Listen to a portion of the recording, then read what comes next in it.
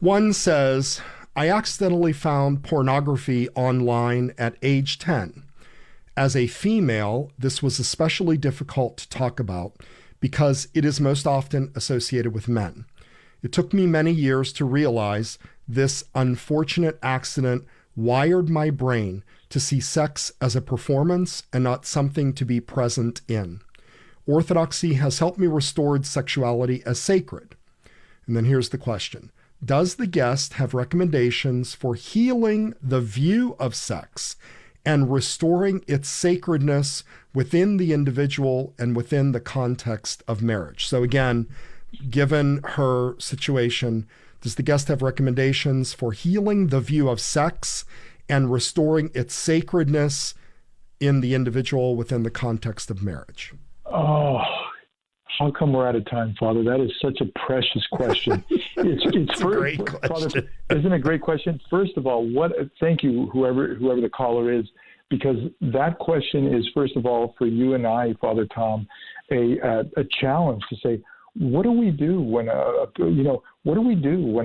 person comes to us and says, I'm addicted, and it's a female? Years past there were not even groups for that kind of a thing. Now there are. But it's true. Women suffer these realities as well. And I love how she said, performance of sex was, again, that's the trauma, that's the perception. So how do you heal that? You have to have a new perception. And by the way, we get that not just by one of the ways we should say, which I won't talk about, but rewriting trauma, identifying it, sharing the story, but also with somebody who knows how to help you go back and rewrite it, to give another voice to your traumatic events, is what healing is. But to answer the question directly now, I can only say this, Father. I spend a lot of time in my therapy talking about a new way of thinking of sexuality and marriage.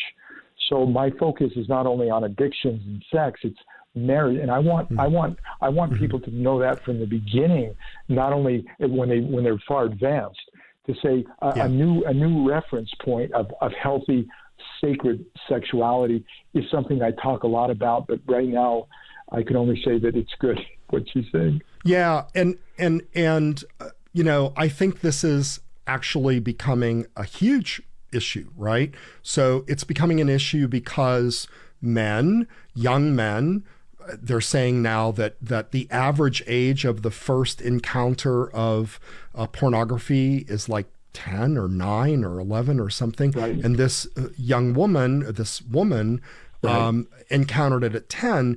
And the performative aspect of porn is now expected by men, right? And it's not real, right? It's not, I mean, what they're doing is real, but it's not normal.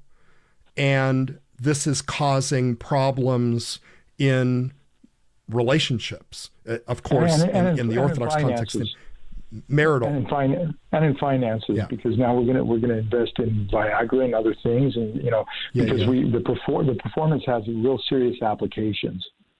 So maybe I could just offer one tidbit in terms of kind of a way of visioning this, if I may, Father, and I'll keep it within 30 seconds, which is ridiculous, but I can't help but to say something.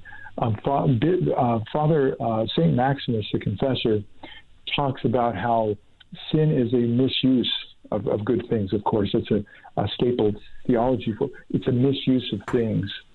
So, but he talks about the bliss of marriage, and he talks about the fleeting nature of the gifts of this world, and we could apply this to sexuality. It's fleeting. It comes and goes. So what is the purpose of that fleetingness? Well, let's do everything we can to make sure that ecstasy, that erotic moment is prolonged. And I would just suggest that if we could calm down and realize that it's all a gift from God. Orgasm, ecstasy, it's all a gift from God. If it's there, we receive it. And if it's not there, we wait for it. But it's all there to remind us of the kingdom of heaven. It's not an end to itself. What is that for? So when it's done in God's way, God's context, within a committed marriage, then the possibility is there to take all of that bliss and see that it's not an end to itself, but we're ushered in a comfort. So that's a very different perspective than just, performance. It just came to my mind. I assume that healing is the goal. The question in this particular area of this compulsive behavior is, how does somebody know when they're healed, right? So you hear the idea of like alcoholics say, well, once an alcoholic, always an alcoholic, and I can't go near a drink at all. Okay, fine. What about this compulsive behavior where somebody's married and they still want to be sexually active, but they have these compulsive behaviors? How do they get healed? And how do they know when they're healed? I would love to answer that, and I will do it in a very, very brief way. How do we know? How do we know when we're healed? Some people would say, "Well, you're not drinking anymore. You're not acting out anymore. You're not watching pornography. You're sober." But actually, that's not sober. That's abstinence. Sober is a rich word, soprosini, and it means more than just not drinking and not acting out. It means being whole, being wise. So with that, how do you know whether it's an individual or a group? If I talk with a group of people who are addicted, compulsive, whether it be men or women, and I say, well, how do I know when this group is healed? My favorite answer, Father, is this: when they become and when they are really, really good at connection and communication, because that is the opposite of addiction.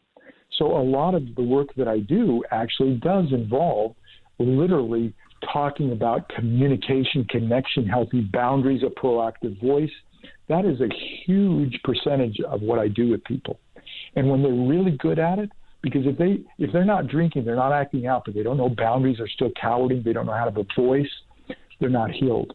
And we want them to think that way. A proactive voice and healthy boundaries is the foundation of what I would say is my practice.